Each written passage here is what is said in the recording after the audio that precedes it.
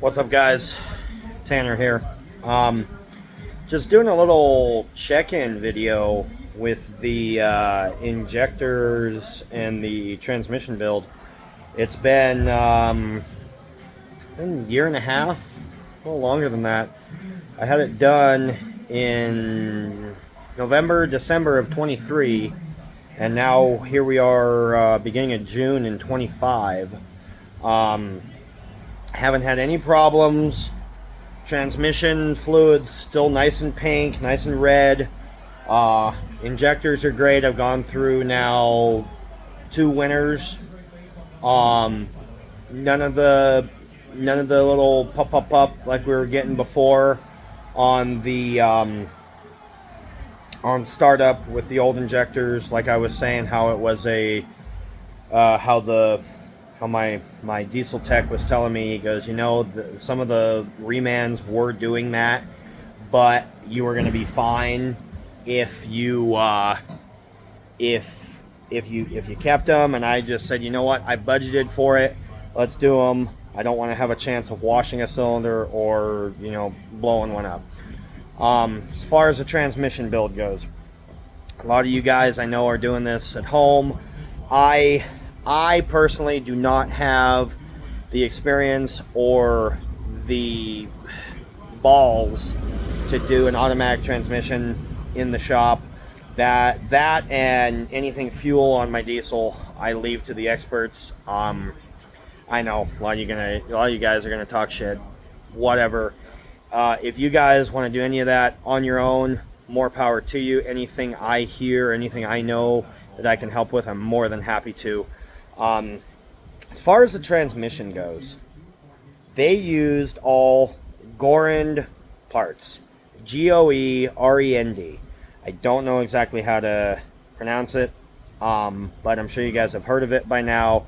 I know they were a smaller company when I first got those, but that's what my guy's been using before they actually even have a name. And now I've been seeing them a lot more online on forums and stuff, so people are really picking up on them, and that's good. That's good, because a lot of these guys are saying they're spending $7-8 grand for either a transmission rebuild or a new transmission. If you guys aren't looking for 1,000 horsepower, you just want maybe a little bump in like reliability if you bump the power of your engine up, or you just want to use the factory casing. He used factory casing, but basically all new internals. We did the deep pan. I had a shift kit, and the deep pan and the shift kit was at a previous time, so that was not included in that video I did on the price of the rebuild. But the price of the rebuild I did was around $4,500, and that was not with a basic single disc torque converter. It was like, I forgot how he explained it, and his paperwork didn't explain it too well, but it was above a single disc, but it was not a triple disc. So it was like an upgraded single disc. And basically for all you like DIY guys, Gorend parts are definitely a good way to go. They're a lot cheaper. They're a lot easier to get because not everybody's trying to get their stuff. So it's not like Suncoast. It's not like Firepunk and all them trying to get all these parts, and they're just backlogged like crazy because everybody wants their parts. These parts are readily available. You can order them, you can get them, and for anybody wondering if you're doing it yourself, assuming you know what you're doing, you're going to get a good product. I got this done at about 170,000 miles on my 07 3rd gen 5.9, and I'm right now at about a 195, and I know a lot of you guys are going to say that's barely broken in even for the engine. I know. That's why I bought the truck. But good quality parts. As far as transmission goes, everything's been good. Everything's been great. Transmission temps are staying where they should. Obviously, we all know with 3rd gens, you got to keep an eye on that fan. I've had to deal with that fan, the engine fan, a couple of times because you guys have seen my videos on that. I've become a master at changing that thing. I actually bought the tool with the air hammer. That is a lifesaver. Anyway, as long as your fan works, your transmission temps are going to stay down, assuming everything else is working correctly. Injector-wise, I was getting that little hesitation, like somewhat of a misfire on a cold day, not a very cold day, but a cold day where the grid heater would intermittently want to work because it wasn't too cold for it to initially start. If it was a 20-degree day and the grid heater was on full, it was great.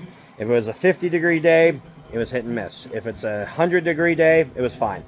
The injectors, as you guys know, as I was saying, the guy was saying, some of those Bosch remans, it's just how they were. He said it's fine. Once they warm up after a minute or two, it was fine. I had already budgeted for it. I didn't want to deal with it. I said, let's just do it. I want a solid running truck. I don't want to get stranded somewhere, and I want to be able to pull my trailer and whatever else. As far as all that goes, if you guys are looking for anything good, go with the Gorin parts, the Gorin deep pan.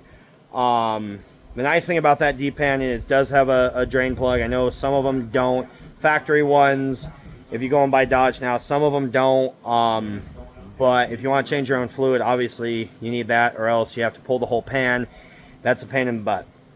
So as far as the Bosch reman injectors that we had done 25,000 miles ago, as well as the transmission rebuild 25,000 miles ago, everything's been going good. Everything I had mentioned in those previous videos, if you guys watch them, you know I'm not going to go super into depth into this, but everything that I've mentioned before that was done has been still going strong.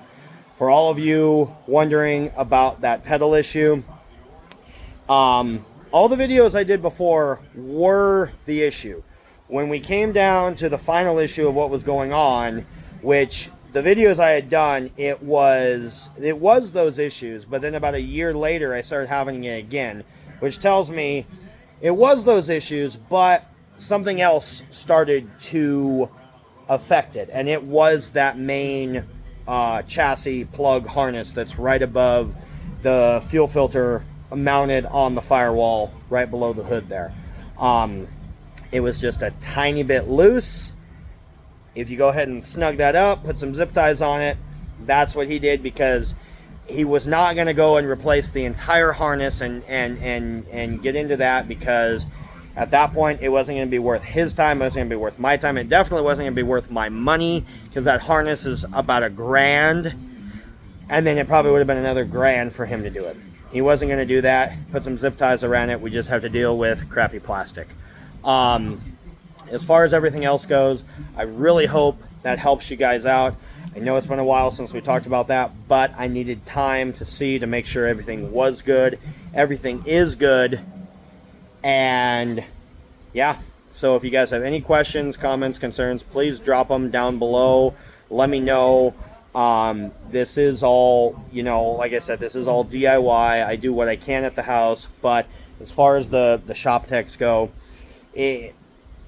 I'm gonna follow what they say. They've been in business for a while. That's what they do. And if you're not looking for 1,000 horsepower setup, you just need something you want to be, healthy towing, maybe 500 horsepower on like an Edge or a bank system. Look into getting just a rebuild and don't get a whole new transmission, because that definitely changes the price a lot. So, I think that's about it. If you guys have any questions, comments, concerns, go ahead and drop them down below. I'll be happy to answer. And maybe if you guys want to see something that happened on the truck or did whatever, let me know. I'll be happy to do a video on it. Just drop it in there, and I'll be happy to show you, and we can go from there. All right, guys. Thanks for watching.